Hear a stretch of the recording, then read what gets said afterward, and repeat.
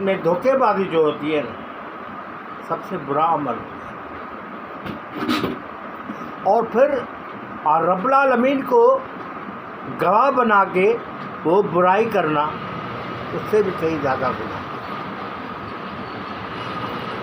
آپ نے گناہ کرنا ہے اور آپ نے یہ بھی دکھانا ہے دنیا کو کہ میں بہت اچھا آدمی ہوں.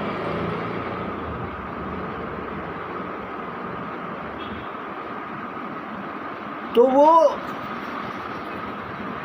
جو گناہ کرتا ہے رب کو بھی گواہ بنا دیتا ہے کہ دیکھو میں گناہ تمہارا نام لے کے کر رہا ہوں، اور اس کو پتہ بھی نہیں چل رہا ہے کہ میں گناہ کر رہا ہوں، اور اس کو بیوقوف بنا رہا ہوں.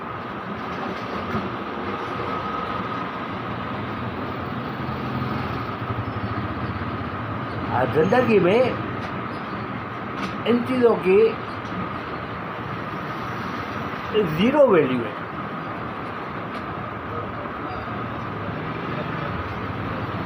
یہ جب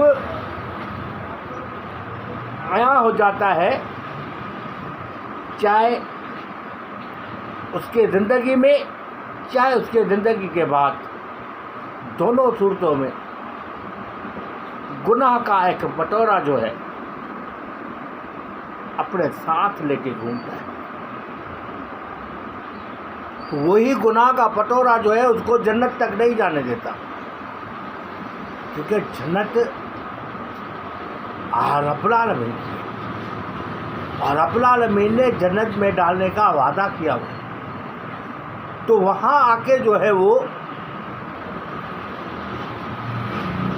پروردگار جو ہے، رب جو ہے، وعدہ پورا نہیں کر سکتا کہ کیسے اس کو جنت میں ڈالوں.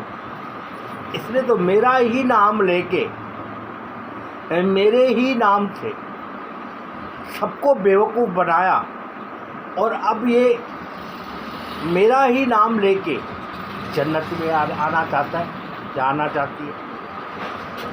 کیسے؟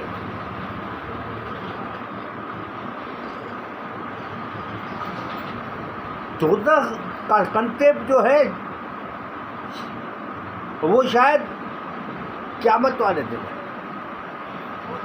اور قیامت والے دن کنسیپٹ پورا ہوگا یا نہیں ہوگا وہ رب کے علاوہ کوئی نہیں جانتا.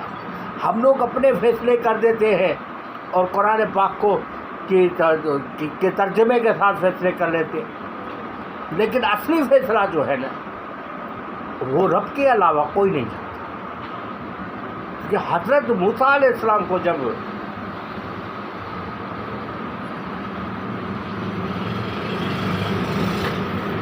بھیجا گیا اور بتایا گیا کہ یہاں یہاں جانا ہے، وہاں گیا، اور وہاں سے جو چیز اس کو معلومات ملی وہ رب تک پہنچائی، تو رب نے حضرت موسیٰ علیہ السلام سے پوچھا.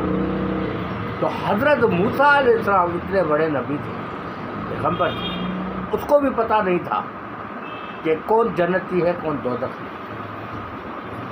اس کا مطلب ہوا کہ رب العالمین کے علاوہ کوئی نہیں جانتا کہ دوزخ میں کون جائے گا، جنت میں کون جائے گا. یہ رب کا فیصلہ ہے کہ کسی کو نہ بھیجو، اور یہ رب کا فیصلہ ہے کہ ذرا سی غلطی کی وجہ سے اس کو جہنم میں ڈال دے. کچھ نہیں، کچھ بھی نہیں پتا. ہم جتنا خیال کرتے ہیں، دھیان لگاتے ہیں، وہ دھیان ہمارے بس میں نہیں ہے. ارے یار، جب بستر پہ مر کے بستر پہ جب انسان بے بس ہو جاتا ہے تو اس کے منہ سے رب بھی جب نہیں نکلتا ہے تو اس وقت وہ کس حالت میں ہوتا ہے. سوچو کہ بندے کے بس میں کوئی چیز نہیں. جب بندے فیصلے کرتے ہیں کہ یہ چیز لکھی ہوئی ہے تو یہ ہونے والا ہے، وہ ہو جائے گا،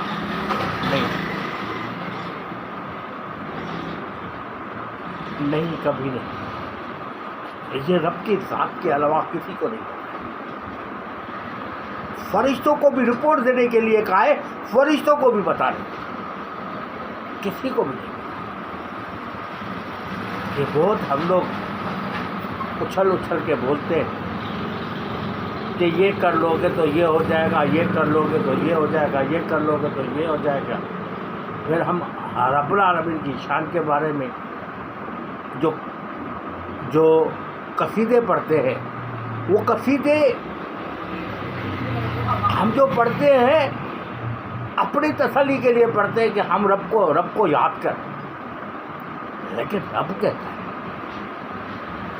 اور رب کہتا ہے کہ تو کیا جانے کہ میں تیرے اندر بسا ہوا ہوں اور مجھے سب پتہ ہے.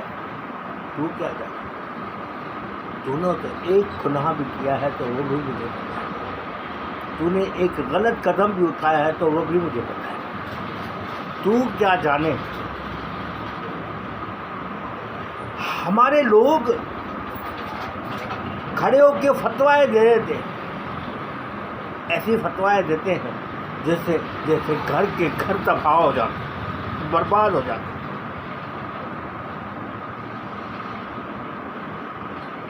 اور وہ رب کے اوپر نہیں چھوڑتے، بولتے ہیں نہیں، اسی دنیا میں تباہی مچانی ہے ہمیں.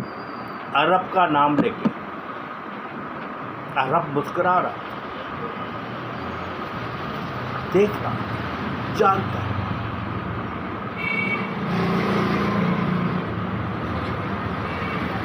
میرے دوست، ایسے مت کرو کہ اللہ تعالیٰ آپ کے اوپر خفا ہو جائے.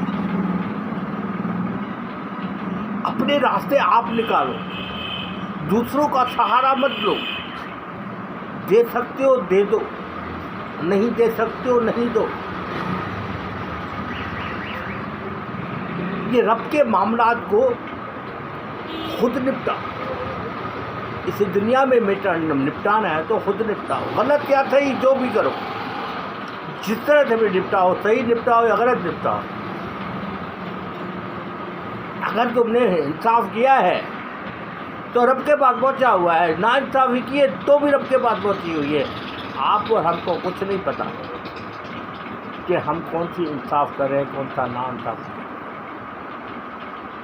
انصاف کا جو انصاف کرنے والا ہے نا، وہ ہے رب. ایک باپ بچوں کو جوان کر دیتا ہے، وہ جب آخری وقت میں ہوتا ہے تو اس کو پتہ چلتا ہے تو میں نے تو اپنے لیے کچھ بھی نہیں کیا، میں تو لٹ گیا. اب تو مجھے یہ لوگ ایڈی میں چھوڑ آئیں گے، چھپا میں چھوڑ آئیں گے اور راستے میں دھکا دے دیں گے. میں نے تو اپنے لیے کچھ نہیں کیا. لیکن آپ نے اپنے لیے کرنے کی وجہ سے آپ سب کا بھلا کر جاتے ہیں. چاہتے تو ہو بھلا کر جاتے.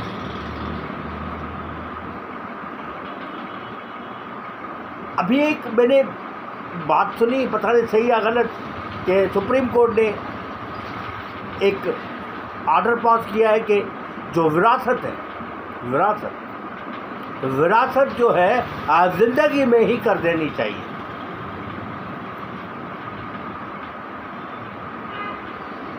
اور بعد میں جو وراثت ہوگی وہ ساری لیگل نہیں ہوگی، اپنی مرضی کی ہوگی.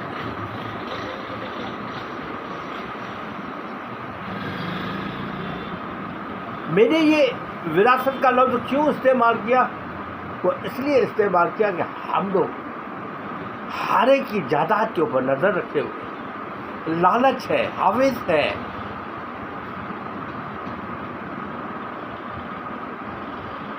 حوث اور لالچ میں ہم لوگ برباد ہو چکے ہیں. جانا خالی ہاتھ ہے، ہاتھ میں کچھ بھی نہیں ہوگا. اس کے باوجود بھی حوث ہے، لالچ ہے کہ آج کا دن میرا بہترین گزر جائے، کل ہو نہ ہو.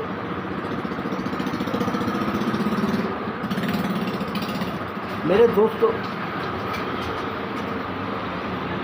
سب سے بڑی جو اگر تیاری بنتی ہے نا رب کے پاس جانے کی، وہ اگر آپ کے پاس ہے تو صدقہ جاریہ میں اس کو کنورٹ کر دیں اور شروع بھی اپنے گھر سے کریں۔ اگر آپ کا گھر آپ کے صدقہ جاریہ میں خوش رہتا ہے، کوئی بھی ایک طبقہ، کوئی بھی ایک فیملی خوش رہتی ہے، تو سب سے بڑا صدقہ جاریہ وہی بنتا ہے۔ ہر ثواب کے پیچھے، ہر عبادت کے پیچھے، ہر نماز کے پیچھے رب العالمین نے سب سے بڑا ثواب کمانے کا، اجر حاصل کرنے کا جو ذریعہ بنایا ہے وہ ہے صدقہ جاریہ۔ انسان سوچتا